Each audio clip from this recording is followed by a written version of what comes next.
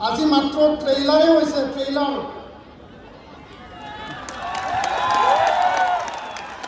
আমাৰ জুবিনদাৰ সমাধি ক্ষেত্ৰৰ ওচৰতে আছে জুবিনদাৰ চিনেমা আহিছিল ৰৈ ৰৈ বিনালে তাৰ আগত ট্ৰেইলাৰ আহিছিল আৰু জনজাতিসকলৰ ঐক্যতা অধিকাৰ সুৰক্ষিত স্বাৰ্থত এইটো ট্ৰেইলাৰ হয় 25 নৱেম্বৰত চাব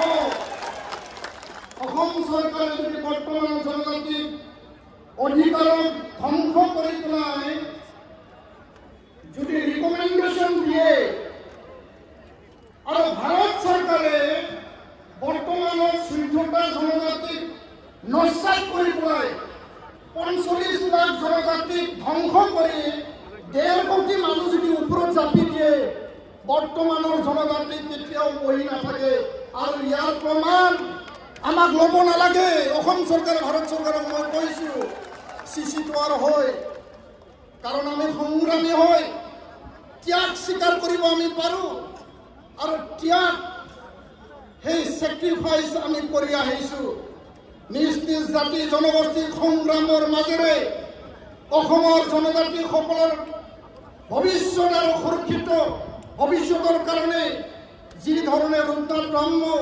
বদৌলনাথ ব্ৰহ্ম আৰু যি ধৰণে কাৰ্পচন্দ্ৰ দলে যি ধৰণে যাদৱ চন্দ্ৰ খাকলাৰে এইসকল মহান নেতা ভীমবৰ দেউৰী ডাঙৰীয়াই আৰু বহুতো নেতা আছে সেই নেতাসকলে আমাৰ সুৰক্ষিত ভৱিষ্যতৰ কাৰণে ট্ৰাইবেল লীগ জন্ম দি পেলাই জনজাতি বেষ্টনী আবেষ্টনীৰ লগতে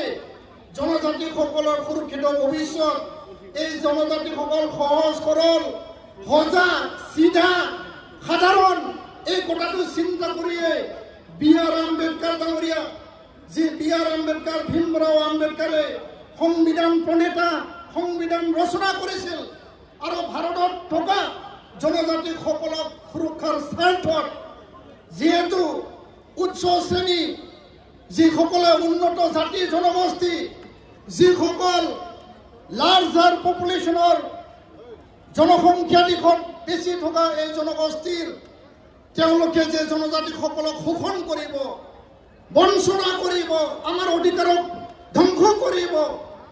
এই যে এক্সপ্লইটেশ্যন ছাপ্ৰেশ্যন অপাৰেশ্যনৰ পৰা প্ৰটেকশ্যন দিবৰ কাৰণে ছেফগাৰ্ড দিবৰ কাৰণে ৰক্ষণাবেক্ষণ দিবৰ কাৰণে আৰু আত্মমৰ্যাদাৰে অধিকাৰৰ লগত জীয়াই থাকিবৰ কাৰণে সংবিধান প্ৰণেতা B.R. আম্বেদকাৰে আমাক এই সুবিধা এই অধিকাৰ দি থৈ গৈছে আৰু আপোনালোকে জানে জনজাতি জন্ম হৈ পেলাই প্ৰমাণ পত্ৰ নহয়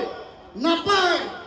জন্ম হোৱা আগতে জনজাতি হ'ব লাগিব তাৰ পিছতে জনজাতি হৈ জন্ম হ'ব কাৰণ এইটো আমাক প্ৰকৃতিয়ে দিছে যিসকলক ব্ৰিটিছৰ শাসন আছিল যি সময়ত ভাৰত মহাত্মা গান্ধীৰ আন্দোলনৰ যোগেদি ভাৰত স্বাধীনতা লাভ কৰিলে তাৰ পিছত আমাক অধিকাৰ দিলে এই অধিকাৰৰ আগতে আমি অসমৰ ভূমিপুত্ৰ এই জংগল আমি কাটিছোঁ জংগল ৰক্ষণাবেক্ষণ কৰিছোঁ আৰু এই অসমখনৰ ভূখণ্ডক আমি সুন্দৰকৈ সজাই পেলাই ভৱিষ্যতৰ কাৰণে এই ভূখণ্ডখন আমি ৰক্ষণাবেক্ষণ কৰি আহিছোঁ আৰু প্ৰকৃতিয়ে আমাক জনজাতিৰ স্বীকৃতি তাহানিব দিছে হাজাৰ হাজাৰ লাখ বছৰৰ আগতে আৰু ইয়াৰ পিছতে ভাৰতৰ সংবিধানে আমাক এই স্বীকৃতি প্ৰদান কৰিছে মই ইয়াৰ কাৰণে ক'ব বিচাৰোঁ যে ৰাজনীতিক স্বাৰ্থত ৰাজনীতিক লাভালাভৰ স্বাৰ্থত 2014-16 হওক 2019-ত কা আন্দোলন প্ৰতিহত কৰাৰ স্বাৰ্থত 2025-ত 2026-ত বিধানসভাৰ নিৰ্বাচনক লৈ যদি এই কথা চিন্তা কৰিছে এই কথা আমাৰ কাৰণে ভাল নহ'ব ইয়াৰ কাৰণে এই মঞ্চৰ পৰা ভাৰত চৰকাৰ অসম চৰকাৰক আমি আহ্বান জনাইছোঁ ভাৰত চৰকাৰক আহ্বান জনাইছোঁ 2019 চনত ৰাজ্যসভাত যি বিল তেওঁলোকে টেবল কৰিছে ৰাজ্যসভাত যি বিল আনিছে সেই বিল কোনো কাৰণত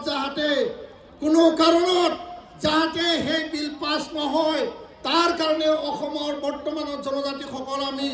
দাবী জনাইছোঁ আহ্বান জনাইছোঁ আমি স্পষ্ট ভাষাৰে কৈছোঁ চিধা ভাষাৰে কৈছোঁ আমি কোনো জাতি জনগোষ্ঠীৰ বিৰোধী নহয় ছয় জনগোষ্ঠীৰ বিৰোধী আমি নহয়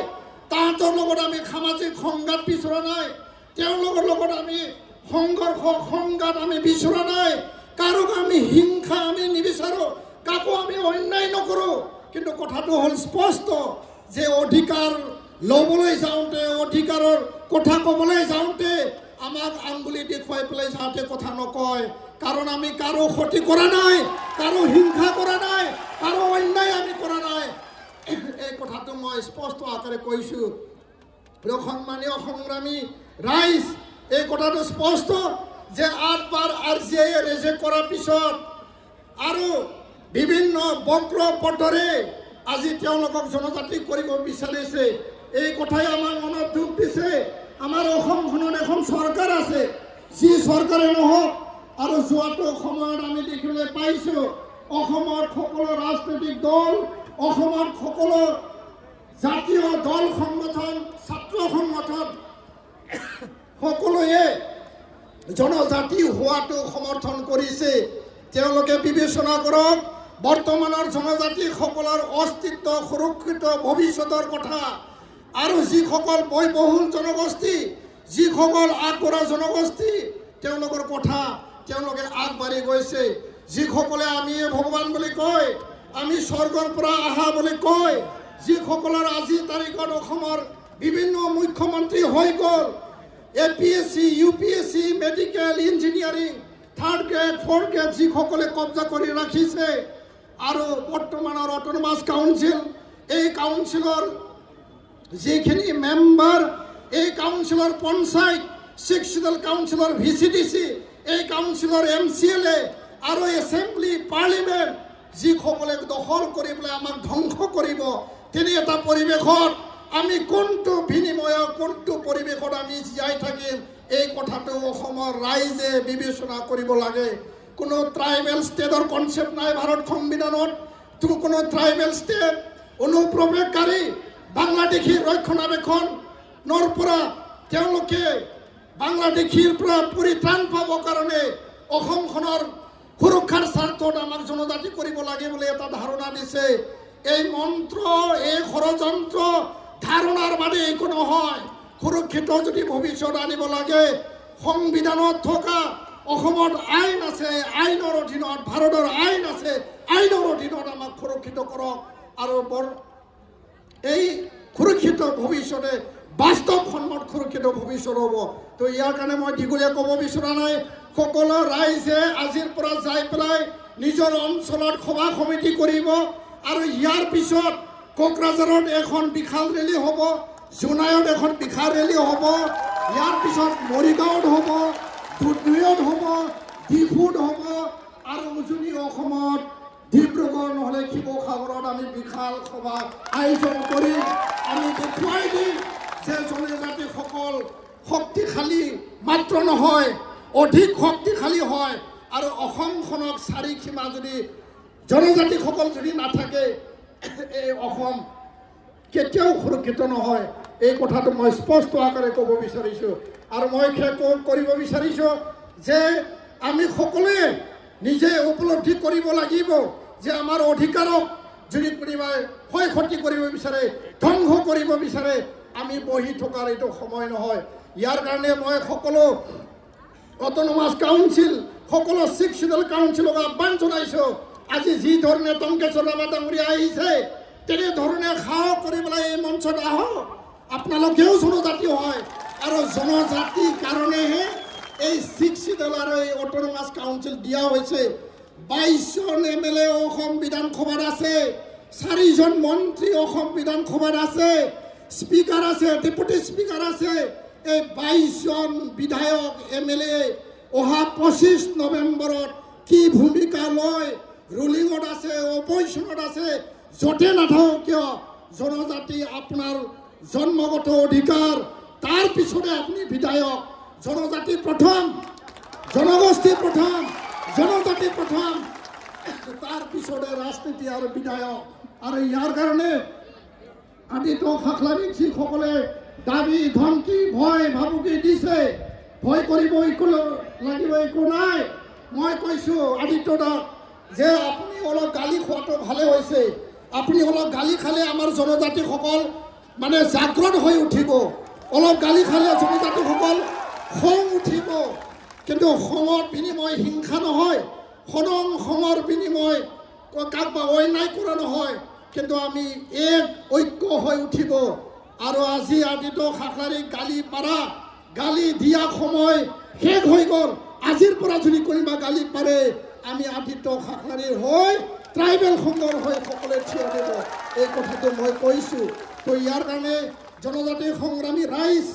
আজিৰ পৰা এই সংগ্ৰাম আৰম্ভ হৈছে এই ট্ৰেইলাৰ আৰম্ভ হৈছে আৰু সঠিক আৰু বাস্তৱ আন্দোলন শান্তিপূৰ্ণ জংকী গণতান্ত্ৰিক আন্দোলন লক্ষ লক্ষ লোক ওলাব এই কথা এই মঞ্চৰ পৰা ক'লো ভাৰত চৰকাৰ অসম চৰকাৰক সকীয়াই দিছোঁ জনজাতিক ধ্বংস কৰি যিকোনো বিনিময়ত ৰাজনীতিক স্বাৰ্থত যি জনজাতিকৰণ কৰিব ওলাইছে তাৰ পৰা বিৰত থাকক আৰু নিজে উপলব্ধি কৰক ইয়াৰ দ্বাৰা কোনো ৰাজনীতিক লাভালাভ নহয় বৰঞ্চ অসমখন ইতিহাসৰ পুনৰাবৃত্তি কৰিব নালাগে যি কাৰণত সাত ভনী হৈছিল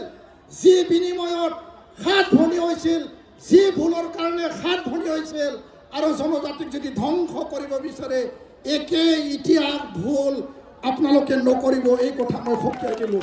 আৰু সকলোকে ধন্যবাদ জনাই মোৰ কথা সামৰিছোঁ জয় ট্ৰাইবেল জয় চিচিটোৱা জয় চিচিটোৱা থেংক ইউ